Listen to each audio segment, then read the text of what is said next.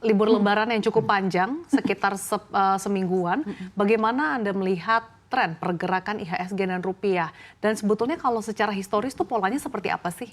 Kalau kita ngelihat sebenarnya data di 5 tahun terakhir ya mungkin ya, IHSG justru lebih banyak melemah ya. Dalam 5 tahun terakhir itu sebelum Lebaran hanya menguat sekali. Rupiah sementara sebaliknya itu menguat dalam 2 tahun terakhir. Tapi memang harus diingat ketika ya pasar keuangan dibuka tahun kemarin, kita pasti ingat ya semua hancur lebur. Saya ingat bahwa saham langsung dibuka melemah 2,6, ditutup 1,68, kemudian rupiah juga sempat mendekati langsung menembus 16.200 pas saat itu, karena sepanjang perjalanan kita libur itu ada begitu banyak data-data ini yang mesti harus diperhatikan ya, karena sayangnya sementara ini sebelum Lebaran justru ini banyak data-data penting dan pengumuman penting ya. Mungkin kalau kita ingat hari ini ada kepengurusan Danantara akan diumumkan ya, kita lihat sebenarnya siapa saja yang akan duduk posisi-posisi penting, karena yang kita tahu kan sudah mungkin 3 besar ini ya, 3 bosnya nih ya, tapi kan siapa-siapa yang ada di balik itu mungkin yang mengurusi bank, asuransi, atau mungkin mengurusi non-bank itu kan harus dilihat lagi ya, siapa sih komposisi dari kepengurusan Danantara, karena kita lihat Danantara itu menjadi sorotan yang sangat tajam ya, mungkin dalam sekitar 2 bulan terakhir ini yang ditunggu-tunggu pelaku market. Siapa aja sih yang akan menduduki mereka-mereka posisi-posisi yang akan menentukan portfolio investasi Danantara ke depan, karena asetnya sangat besar. Dan jangan lupa minggu ini ada RUPS dari Bank Himbara ya. Semuanya akan digelar minggu ini, akan sangat menentukan kemungkinan karena posisi direksi dan komisarisnya mungkin akan diganti. Jadi ini juga menjadi perhatian besar market, walaupun yang kita tunggu juga jangan lupa dividen ya, mungkin pengumuman dividen kapan dan besarannya sih. Oke, dilihat dari time frame-nya ini liburnya cukup panjang Mbak Esa, atau lebih dari 1 pekan liburnya begitu, atau cuti bersamanya. Apakah ini juga dapat mempengaruhi pergerakan indeks harga saham gabungan di sepekan ini justru terkoreksinya bisa saja lebih dalam ketimbang di tahun kemarin? Iya, karena kita lihat biasanya justru memang agak sepi ya, karena mungkin orang juga what any sih, apalagi mungkin berbeda dengan tahun lalu ya. Tahun lalu mungkin orang khawatirnya ada begitu data-data mungkin dari Amerika, ada inflasi, kemudian juga kita dikagetkan oleh perang ya saat Lebaran kemarin.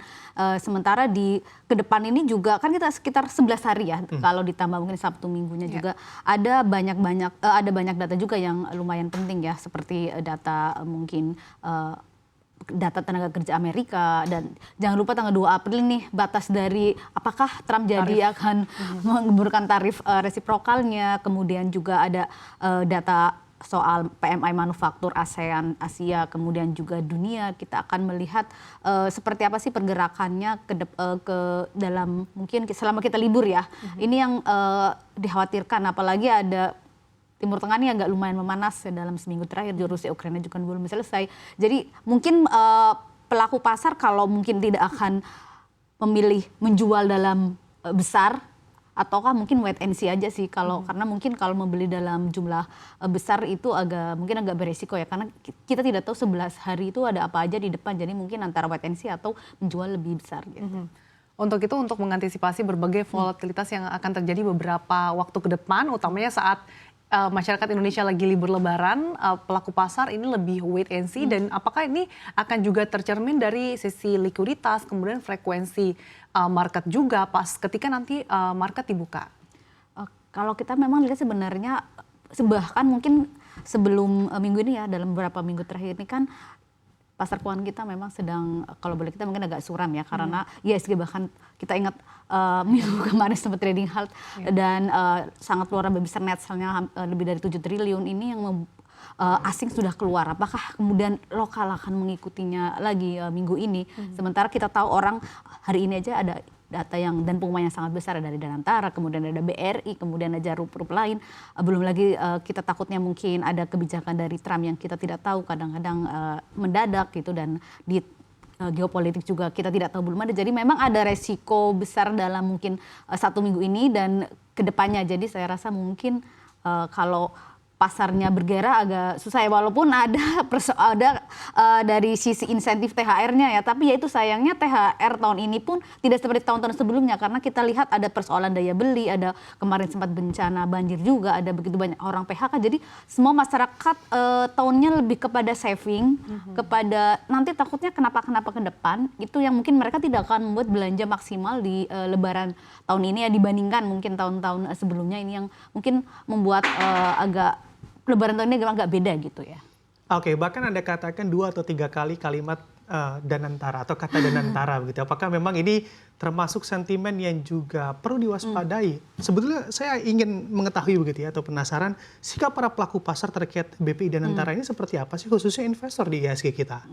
Kalau kita lihat sebenarnya mungkin mereka masih itu ya bertanya-tanya ya, karena seperti akan dibawa kemana, makanya mungkin semoga konferensi pers hari ini akan menjawab lebih banyak nih keingintahuan dari investor, dan mungkin kalau kita lihat kepengurusannya juga mungkin sangat solid, mereka orang-orang yang sangat terpercaya, saya rasa ini juga akan menjadi mungkin suntikan positif ya ke depannya. Tapi kalau takutnya mungkin akan sebaliknya, itu yang perlu dilihat lagi karena masih banyak pertanyaan, orang-orang juga mungkin melihat ada begitu banyak khawatiran, ini yang harus dijawab oleh Danantara. Dan semoga, karena ini kan mau nggak mau sudah terbentuk ya, jadi caranya ada tidak mungkin dibubarkan juga, jadi adalah membawa ke lebih baik ke sana, buktikan bahwa memang Danantara itu bisa menjadi katalis positif, karena memang sebenarnya bisa ya kalau dijalankan dengan benar, karena ada aset yang sangat besar.